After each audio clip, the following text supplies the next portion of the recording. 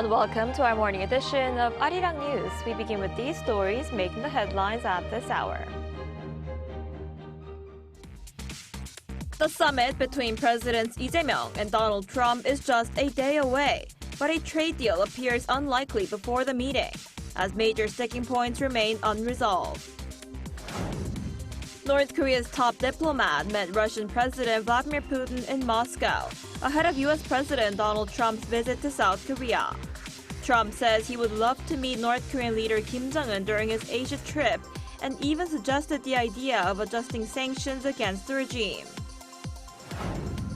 Ahead of the APEC leaders' meeting set to take place this week in Gyeongju, Global Green Growth Week kicked off in the city, bringing together policymakers, experts, and young people from around 100 different countries. We begin this morning with trade talks between South Korea and the United States. Presidents Lee Jae-myung and Donald Trump are scheduled to meet tomorrow, and eyes are now on whether the two sides will agree to lower the current 25% U.S. tariffs on Korean goods. But it's unclear whether they will be able to reach a deal soon, with details of a $350 billion investment package still reportedly being negotiated.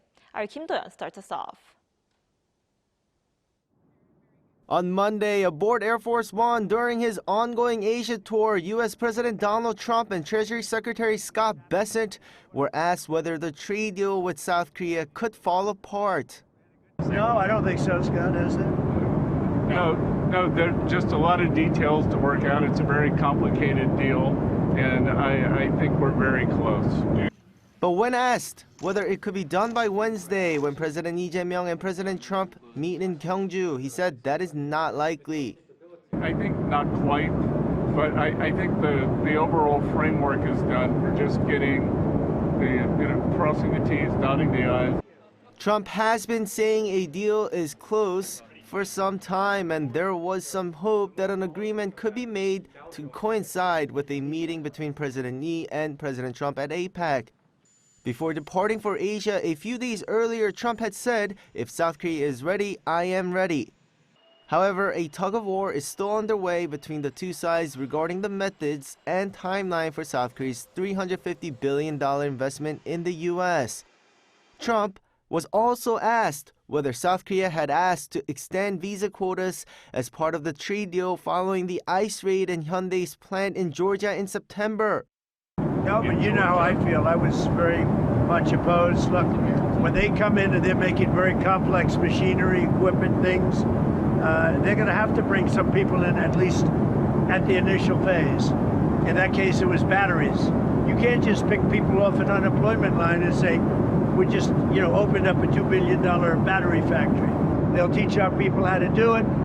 The U.S. president added that such measures would take time, but that's the way it is. Kim Do-yeon, Arirang News. Over in Russia, President Vladimir Putin met North Korean Foreign Minister Choi Sun-hee in Moscow, ahead of U.S. President Donald Trump's arrival in South Korea this week. Meanwhile, Trump said he would love to meet North Korean leader Kim Jong-un during his Asia trip, and when asked what Washington could offer Kim, the U.S. leader floated the idea of adjusting sanctions against the regime. Our Lee Seung-jae has the details. Russian President Vladimir Putin met North Korean Foreign Minister Choi Sun-hee at the Kremlin on Monday. Здравствуйте. Очень рада вас видеть. Взаимно. Благодарна за то, что... During the meeting, the Russian leader also stressed that relations between the two countries are developing according to plan. According to Russian media, Putin recalled his recent discussions with North Korean leader Kim Jong-un, including their last meeting in Beijing, and said the two sides talked in detail about the development of bilateral ties. He added that everything is going according to plan in the best possible way, signaling Moscow's continued effort to deepen cooperation with Pyongyang amid growing international scrutiny. Che began her three-day visit to Moscow on Sunday as part of a two-nation trip that also includes Belarus. Her visit comes at a time of heightened diplomatic activity in the region as South Korea hosts the Asia-Pacific Economic Cooperation Summit this week. The timing has drawn attention, with speculation over whether another meeting between North Korean leader Kim Jong-un and U.S. President Donald Trump could take place on the Korean peninsula. Speaking to reporters aboard his presidential plane en route to Japan on Monday, President Trump said he would love to meet Kim during his Asia trip, even suggesting he could extend his stay if necessary. I haven't mentioned it, I haven't said anything, but I'd love to meet with him if he'd like to meet. I got along great with Kim Jong-un. I liked him, he liked me. If he wants to meet, I'll be in South Korea. Trump and Kim met 3 times during Trump's first term, first in Singapore in June 2018, then in Hanoi in February 2019, and finally at the inter-Korean border village of Panmunjom in June 2019. As diplomatic signals intensify once again, attention is now turning to whether a new chapter in U.S.-North Korea relations might unfold alongside Moscow's renewed engagement with Pyongyang. Lee Seung-jae, Arirang News.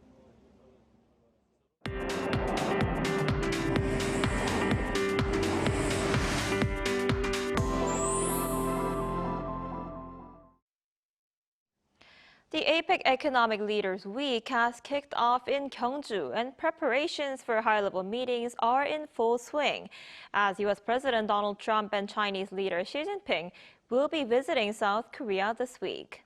For more on what to expect, we're joined today by Professor Pan Gil-ju, Assistant Professor at the Korean National Diplomatic Academy. Professor Pan, thanks for coming in today. Hello, good to be with you. So preparations for high-level meetings are in full swing in Gyeongju. What should we be watching out for? Well, the Economic Leaders Week of APEC 2025 Korea began yesterday under the theme of Building a Sustainable Tomorrow. In more detail, the APEC Leaders Week is composed of the 3 sections, concluding senior officials meeting, which are made from 27th to 28th of October. Second, APEC ministerial meeting from 29th to 30th of October. And then lastly, APEC leaders meeting from 31st of October to 1st of November. Obviously, the event that comes to our attention the most is the last one, which is the summit meeting. Meanwhile, although APEC is a multilateral platform, it also serves as an opportunity to promote bilateral meetings. As you mentioned earlier, both leaders of the United States and China, President Trump and President Xi, are attending, and the new Japanese Prime Minister Takaichi is scheduled to come. So the second ROK-US summit, as well as the ROK-China summit and the ROK-Japan summit, is scheduled to be held during the opportunity of Gyeongju APEC. In this vein, Gyeongju APEC can be defined as the most influential diplomatic event that South Korea has hosted in recent years. In the meantime, the meeting seems to be going well as of right now. There are so many points which should be in the limelight. If you ask me to summarize the key points that we need to watch at this Gyeongju APEC, I would make 5 points. First, how to enhance South Korea's prestige as a global responsible power. Second, how to achieve the win-win outcomes in the second ROK-US summit, particularly regarding tariff negotiations. Third, how to effectively provide a diplomatic platform to mitigate tension between the United States and China. Fourth, diplomatic efforts to reconfirm the shadow diplomacy with Japan. And lastly, how to ease tension on the Korean Peninsula and the possibility of Trump-Kim meeting. Right, a lot to look forward to. And tomorrow, President Lee Jae-myung will meet President Donald Trump for the second time since taking office. And with key trade issues still unresolved, a lot of attention is on whether the summit could lead to a sort of a breakthrough in trade negotiations. What's your take on this? To be honest with you, the second ROK-US summit will be harder to grapple with than the first one that took place in Washington, D.C. in August. The reason is that first, reaching a general agreement is much easier than reaching a clarified and detailed agreement. The second summit is aimed at the latter goal, which means it will be harder to achieve a perfect win-win outcome. Second, since President Trump himself visits South Korea as opposed to the first summit, which President Lee visited Washington, D.C., Trump is eager to reach a bigger deal than the first general deal when his deal-making style is taken into consideration. In the meantime, trade negotiations have not been reached yet in the working level, so Trump might present an unpredictable card as part of an effort to step up its leverage over South Korea on the D-Day of the summit. But at the same time, South Korea finds it hard to accept demand from the United States because a hasty negotiation could pose a serious challenge to its economy and national resilience. In this vein, a breakthrough is not going to be easy. Despite the fact both sides are willing to continue the negotiations for achieving a win-win outcome. So 3 scenarios could be possible. The first scenario is the low degree agreement, which both confirm the need to have more time for negotiations without showing serious discord. Second scenario would be the middle degree agreement that they make a joint fact sheet on agendas that they confirm, such as shipbuilding and nuclear cooperation. And they agree to continue the negotiation. The final scenario is the high degree one, that they reach a basic agreement on both security and economic issues and make a joint statement while slightly leaving room for further detailed negotiations. Right, and what's also unpredictable is a meeting between Trump and Kim Jong-un, because Trump has repeatedly said he wants to meet Kim Jong-un, but officials here have said the meeting is unlikely to happen soon. But is there still room for last-minute negotiations? Honestly, the DPRK-US summit will official diplomatic agendas is least likely, but the possibility of a surprise meeting to emphasize their friendship between Trump and Kim Jong-un cannot be excluded as of right now. The official summit requires time to prepare agendas and coordinate with allies such as South Korea. The United States didn't have enough time to make this process. In this sense, the official summit is not expected. However, there is still room for a surprise small meeting in the sense that both Trump and Kim Jong-un mentioned their close friendship. In particular, President Trump intentionally defined North Korea as a sort of nuclear power on Air Force One for the Asia trip last Friday. This comment was aimed at increasing the possibility of a meeting with Kim Jong-un. Moreover, Trump expressed his intention to stay longer if Kim Jong-un wants to meet him. Moreover, very recently, Trump mentioned sanctions against North Korea as a possible agenda. In this regard, it's up to Kim Jong-un whether a small meeting will take place or not. In addition, several hints leave room for the possibility of the talks. The United Nations Command temporarily stopped the group tour on the Panmunjom during Trump's stay. To top it up, it seems that road maintenance was carried out in the northern part of the Panmunjom. All in all, an official summit is not feasible, but there's still some room for a small talk meeting.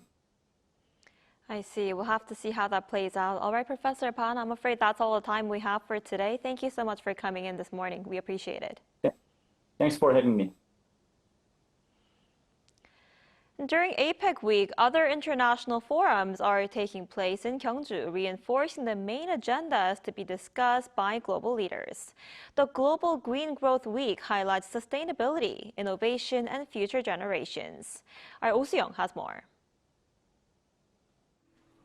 Joint efforts for a sustainable future are gaining momentum ahead of the APEC forum in Korea this week, as regional economies prepare to discuss how AI and innovation can be harnessed for the next stage of growth. Global Green Growth Week kicked off on Monday, convening policymakers, experts, firms, and young people from around 100 countries. This year's sessions, held in Seoul and Gyeongju, coincide with APEC in both timing and significance, with over 2,000 people expected to take part online and in person. Major themes range from sustainable artificial intelligence and innovation to green finance and carbon markets, all aligned with APEC's theme of building a sustainable future. The 5-day event began with a focus on youth participation and innovation, with former United Nations Secretary General Ban Ki-moon bringing generations together in climate leadership. We're the future generation of this world, and it's important that we learn about the climate crisis and we can know how to take it on and how to battle this challenge sustainably. Organised by the Global Green Growth Institute, the week will notably feature a high-level roundtable between the region's climate ambassadors, and an event on Wednesday will commemorate the 10th anniversary of the Paris Climate Agreement reached in 2015 by 196 nations. Since its founding in 2012, GGGI has supported dozens of partner countries in developing renewable energy strategies, carbon pricing systems, and green finance plans to support their long-term sustainable development. And since 2018, we have been supporting the government of Burkina Faso into its transition towards a green economy. It means supporting the development or the upgrading of policies, better integrating the principle of green growth. But it's also about mobilizing resources, financial resources needed to implement these policies and strategies. It's a particular challenge in an era of dwindling development assistance budgets. During the week, GGGI will sign 12 new memoranda of understanding with investors, local governments, and philanthropic organizations to expand cooperation on green finance and carbon markets. I believe that despite all the conflicts among countries and the policy leaders as well, it's really important to remember that climate changes are part of the life of all people around the world. Exploring solutions through dialogue and forging stronger partnerships, Global Green Growth Week promotes collective action at a time when multilateralism is much needed. Oseong, Arirang News. And with APEC just around the corner, Gyeongju is once again in the spotlight, this time for its royal treasures. A rare exhibition brings all 6 gold crowns back to Silla Kingdom for the first time. Our Park Hyubin has a story. The host city of APEC 2025 Korea, Gyeongju, was once the center of the ancient Silla Kingdom known as the Land of Gold. Among its many gold treasures, the crown was the most important symbol of royal power and craftsmanship. So far, 6 Silla gold crowns have been discovered. And now, for the first time, all 6 are displayed together at the Gyeongju National Museum along with other royal ornaments to celebrate APEC 2025 Korea. The crowns, believed to have been made between the 5th and 6th centuries, have branches shaped like deer antlers symbolizing life and vitality. It is also believed that the king, as wearer of the crown, was a sacred being connected to the heavens. Silla's crowns are special because they make up more than half of all ancient gold crowns ever found in the world.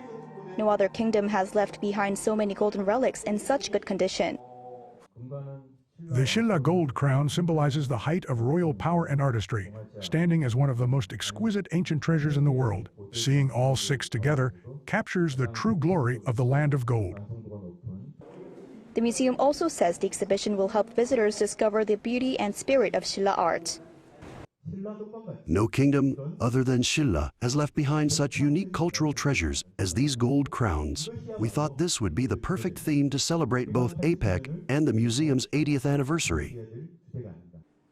More than a showcase of artifacts, it's a journey through the artistry and legacy that defined ancient Silla. The exhibition runs until December 14th, drawing worldwide attention to the legacy of the Silla period. Park Hyubin, Arirang News, Gyeongju.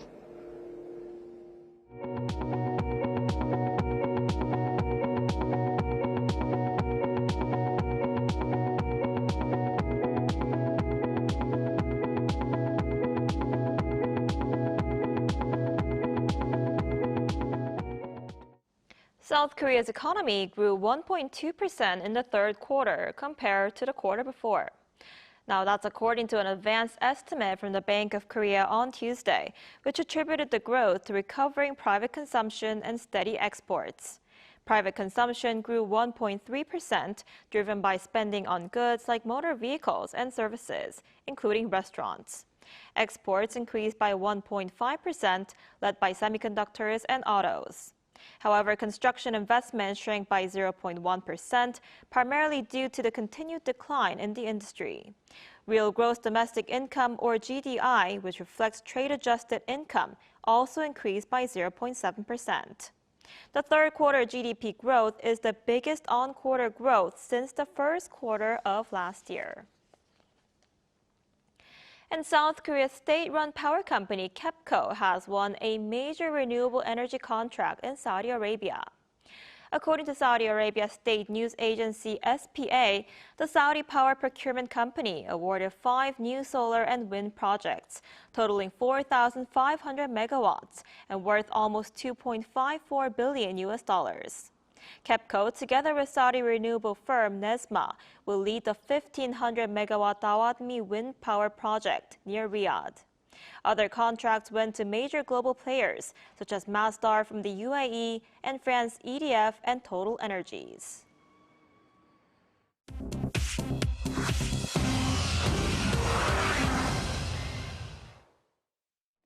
Good morning, I'm Chu Ji-hyun, and this is The World Now. In his first visit to Japan since returning to office, U.S. President Donald Trump met Japan's Emperor Naruhito. The two met at the Imperial Palace in Tokyo on Monday and exchanged views on global conflicts and peace, with Trump expressing hope to strengthen U.S.-Japan relations. Emperor Naruhito said he was pained by ongoing conflicts worldwide and prayed for peace. While in Japan, Trump will meet new Prime Minister Takaichi for their first bilateral summit, expected to focus on trade, defense, and rare earth cooperation. The talks come as Japan pledges to expand defense spending and invest heavily in U.S. technology and energy sectors. Trump's visit highlights Washington's efforts to reinforce alliances amid growing regional tensions. Aboard Air Force One, U.S. President Donald Trump said on Monday he would, quote, love a third term in office. Speaking to reporters during his Asia tour, Trump dismissed talks of running for vice president in 2028 as a loophole to stay in office, calling it, quote, too cute and not right. Trump said he hadn't really thought about a third term, but boasted that his poll numbers are the best they've ever been. Instead, he said potential successors could include Vice President J.D. Vance and Secretary of State Marco Rubio, calling them, quote, unstoppable. Under the 22nd Amendment, U.S. presidents are limited to 2 terms, and repealing that rule would require unconstitutional change, something experts say is highly unlikely. Trump's remarks come amid speculation from supporters who claim there is already a plan for 2028. In the Caribbean, Hurricane Melissa has strengthened into a Category 5 storm and is closing in on Jamaica with sustained winds of 175 miles per hour and the potential for catastrophic flooding and landslides. Forecasters on Monday said the storm could be the most powerful ever recorded to hit the island, with 13-foot storm surge expected to hit the capital, Kingston. Authorities have warned of a humanitarian crisis and ordered mandatory evacuations in flood-prone areas, though many residents are refusing to leave.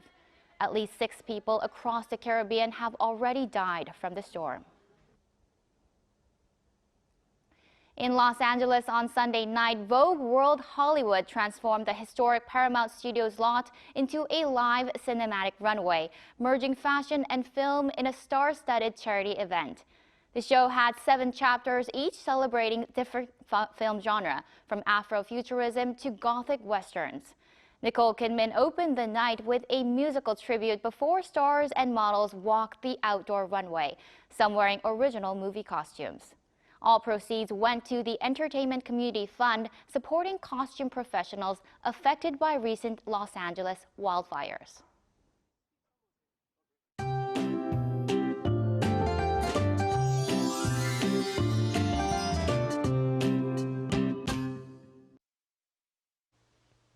Cold air from the north is sweeping in again today, and it's even colder than yesterday. A cold wave advisory is in place for parts of Gyeongsangbuk-do province. Temperatures have dropped to nearly 10 degrees since this time yesterday. It's a sharp reminder to bundle up in this sudden chill. The cold will start to ease tomorrow afternoon, and by the end of the week, we'll be back to more typical late October weather. But for today, make sure to stay hydrated and stretch a little before heading out. Our bodies are having a hard time adjusting to these sudden changes in weather. The chill will stay throughout the day, with Seoul getting up to 12 degrees Celsius, Daejeon, Daegu both topping out at 15 degrees under sunny skies nationwide today. Then Friday night, another round of rain is expected across the central regions, which could linger through Saturday morning. Take good care of yourself during this sharp change in temperatures.